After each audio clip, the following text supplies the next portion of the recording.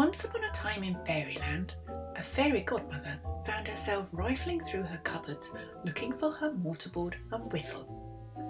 Due to a complicated set of circumstances, the Fairy Nice School of Central Fairyland was closed for the week. So the fairy godmother was in the unenviable position of having to step into some rather large teacher shoes and homeschool the children. As I'm sure you can imagine, this idea was met with mixed results from the fairy children.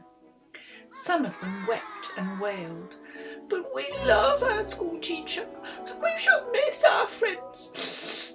Some of them whinged and whined, "But why do we have to do homeschool?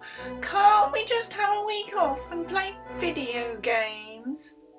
And some of them merely cast a sceptical glance in the fairy godmother's direction and wondered how long it would be before she gave in and let them watch the telly.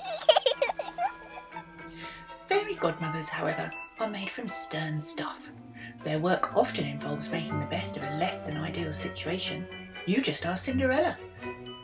So the fairy godmother was undeterred by the resistance of her children, and she set about drawing up a timetable. And when the children saw it, I think it's safe to say it didn't quite contain the lesson plan they were expecting. Quite well aware that reading, writing and arithmetic would likely result in more weeping and wailing and whinging and whining, the fairy godmother focused her lessons on what the children liked to do best. She also, very cleverly, requested the help of some magical friends. Luckily, they were all delighted to be involved. On Monday morning, the children began their week with an art lesson. The fairy godmother provided an array of colourful pencils and asked them to draw her a rainbow to brighten up the fairy nice home.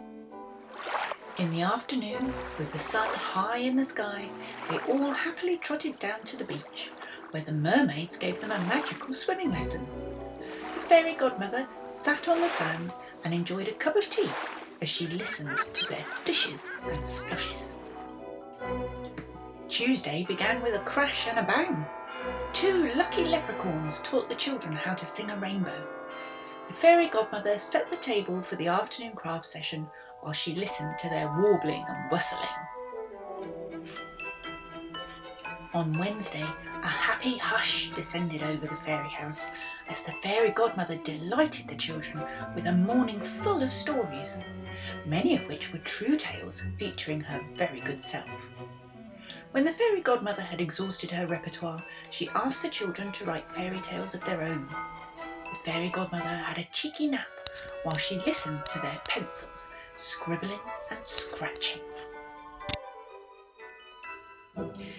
The fairy godmother had long been of the opinion that her children were generally lazy muffins, so she enlisted the help of the laundry fairies on Thursday morning to help them learn a lesson. The children counted socks and pegs. They measured laundry powder and softening liquid.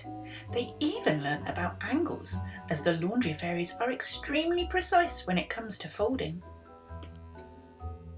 There was no let-up on the learning on Thursday afternoon as they all headed out to the garden.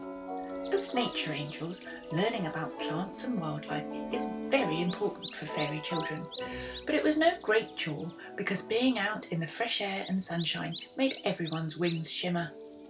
The fairy godmother sighed with contentment as she listened to the children growing and giggling. When the children woke on Friday morning, the fairy house was already filling with the sweet scent of baking. Despite the mess, everyone enjoyed cooking up a feast ready for a very special afternoon. Now, elves are never ones to do things in half measures. When the children went into the garden for their PE lesson, quite the sight met their eyes. A whole sports day arena greeted them. They spent the afternoon tumbling in sack races and wobbling in egg and spoon competitions.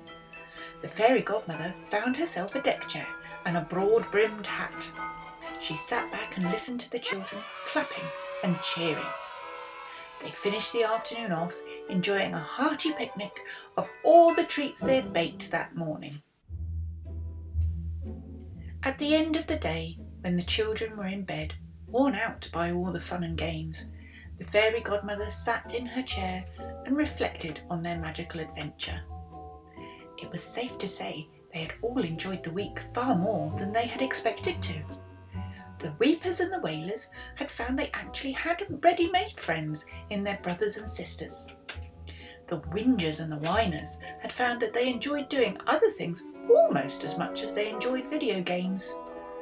The fairy godmother had found that when her children were around her, the world was filled with happy sounds. And no sound was as sweet as hearing one of the children say to her before they nodded off to sleep, "You know, Mummy, not every day is magical, but you put a little bit of magic in every day."